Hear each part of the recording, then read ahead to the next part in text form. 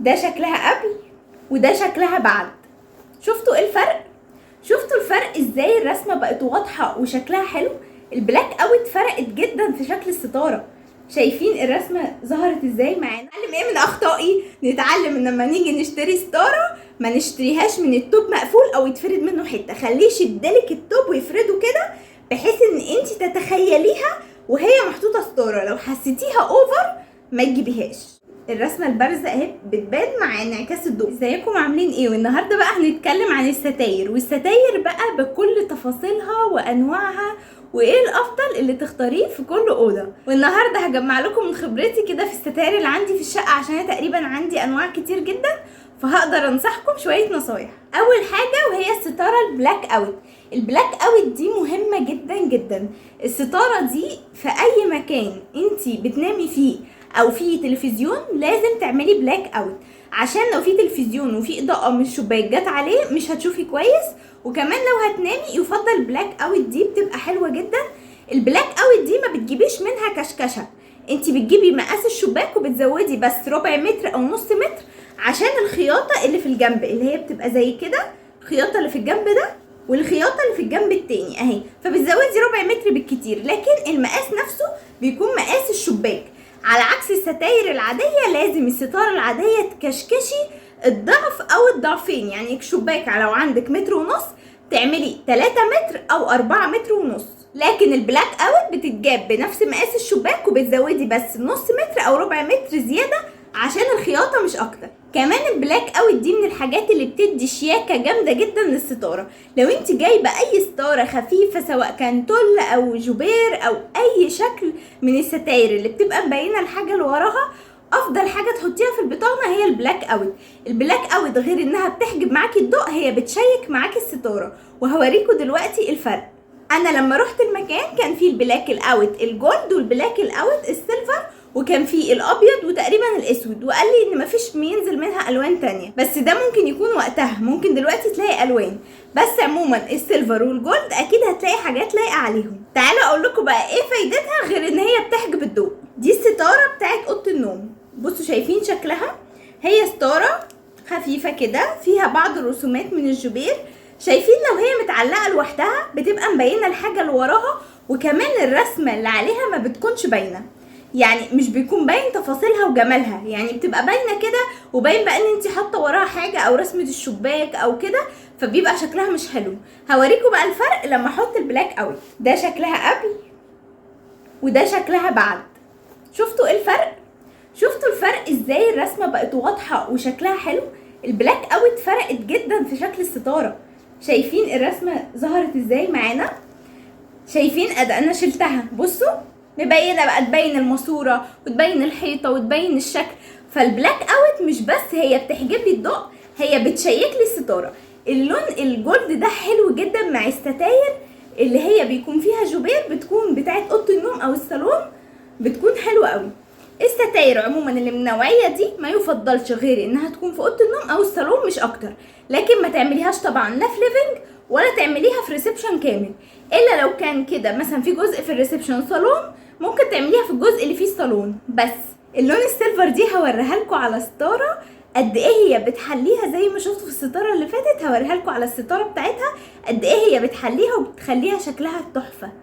الستاير القطيفه، والقطيفه بقى لو اتجاب في مكان صح واتعمل بطريقه صح تقدري تعمليه مودرن وتقدري تعمليه كلاسيك، لان في ناس بتتعقد من الستاير القطيفه وتقول لا انا ما ينفعش احطها مع حاجه مودرن.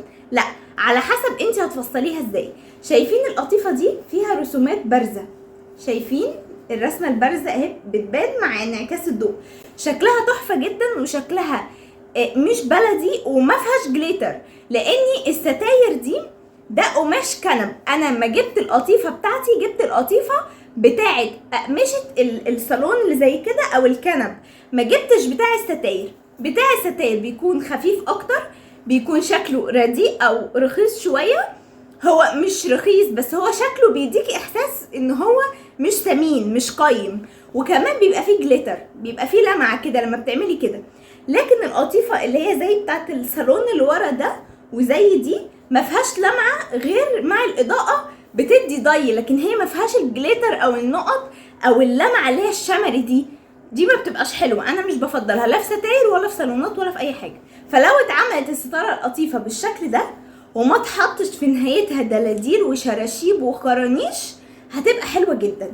يعني نقدر ان احنا نخليها شيك جدا، ونقدر ان احنا نخليها حاجه مش الطف حاجه ومش بتليق على كل حاجه، لكن احنا نقدر نوظفها. هديكم مثال، يعني الستاره دي لو محطوطه بلاك اوت ومحطوط ستاره زي كده، حط معاهم ستاره قطيفه زي كده ما فيهاش في حرفها لا كرانيش ولا شراشيب ولا نازل منها الحاجات اللي بتعمل اصوات دي ولا اي حاجه، هيكون شكلها حلو جدا معاه. شايفين الاسود مع دي؟ وكمان لو اسود ساده.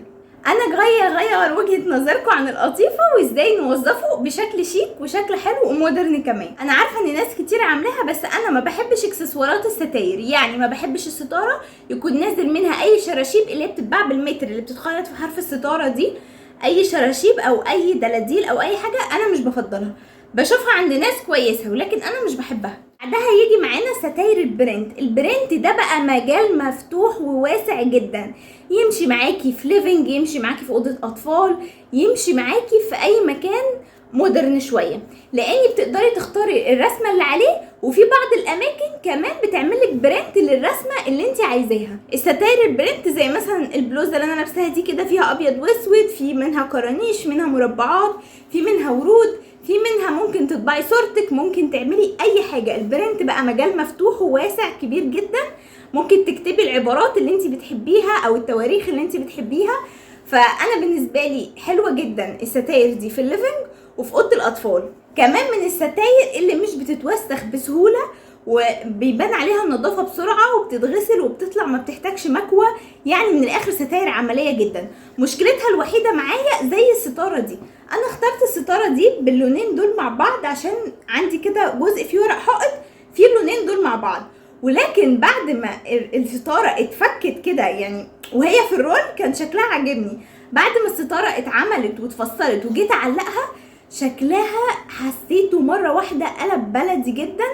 انا ما حبيتهاش، ممكن حد غيري يحبها، مع اني نفس الالوان اللي انا مختاراها ونفس الرسمه، ولكن لما اتطبعت وبصوا يعني هوصف لكم الفكره انها ما اتفردت كده وبقى الورد كتير كده قدامي، لا ما ارتحتلهاش.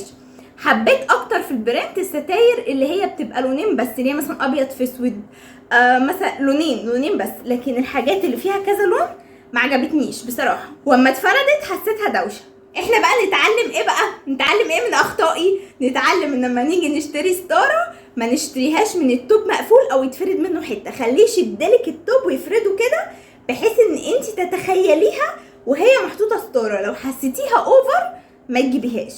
وعموما بصراحه الشياكه في الستاير الساده او المتدرجه او البارزه زي اللي انا وريتها لكم في الاول هي الستاير العمليه اكتر وبتليق معايا على حاجات كتير. وبكده يكون خلص الفيديو ده، يا رب اكون افدتكم، يا رب بجد نصايحي تجيب معاكم نتيجه كويسه. ما تنسوش اللايك والسبسكرايب وشير كتير جدا، ومنشني لصاحبتك اللي بتشتري الستاير. استني قبل ما تقفلي الفيديو ده هوريكي بقى بعض الستاير اللي انا عاملاها في الريسبشن والسكارف والحاجات وهي متعلقه، وقولوا لي رايكم فيها، وازاي كمان نجيب ستاره رخيصه جدا ونخليها غاليه بالبلاك اوت وبالسكارف وبالحاجات اللي عليها، وازاي نجيب ستاره مميزه ومختلفه. شايفين الحلقات دي بيبقى جواها حلقه صغيره كده وبشبك فيها المشبك كده بتاع الستاره، تمام؟ بعد طبعا ما الستاره تكون متركبه فيها بقوم شبكاه هنا كده. وانا عندي مواسير عاديه جدا، بتختاري حاجه من الاتنين، يا اما بتجيبي رسمه زي كده يا اما بتجيبي دي اسمها طبه، بتحطيها في نهايه الماسوره، في منها مقاسات حسب مقاس الماسوره بتاعتك، ولازم تجربيها على الماسوره وانت هناك عشان ساعات بتجيبيها بتلاقيها مش مناسبه. فبما اني عامله ماسوره دبل، في ناس كتير بتعمل الماسوره الدبل اللي هما الاتنين اللي بيبقوا ورا بعض، بيعملوا الاتنين فيهم رسمه زي كده، يعني تبقى زرعه وراها زرعه كده. فانا اخترت ان الماسوره الاولانيه اللي هي اول ما عينك بتيجي عليها بيبقى فيها الرسمه، والماسوره اللي وراها بيبقى فيها طبه زي كده عشان ما يبقاش كتير، يعني ما يبقاش رسمتين ورا بعض فما تبقاش اوفر. ده في حاله ان انت مش هتعملي بيت للستاره. طيب بالنسبه للحاجات دي بيكون الافضل السمك ده، ما تجيبيش ستاره الماسوره بتاعتها اتخن من كده، ولا تجيبي اللي هي رفيعه قوي قوي قوي. السمك ده كويس جدا، بيكون حلو قوي في الاستخدام وعملي جدا. بفضل شكل الكشكشه دي عشان بحس ان شكل الكشكشه دي بالنسبه لي هو اكتر شكل مرضي بالنسبه لي. مش بحب خالص ان انا اشد الشريط. شايفين الشريط كده بيبقى فيه خطوط اللي هي البيضه دي، يقولك شديها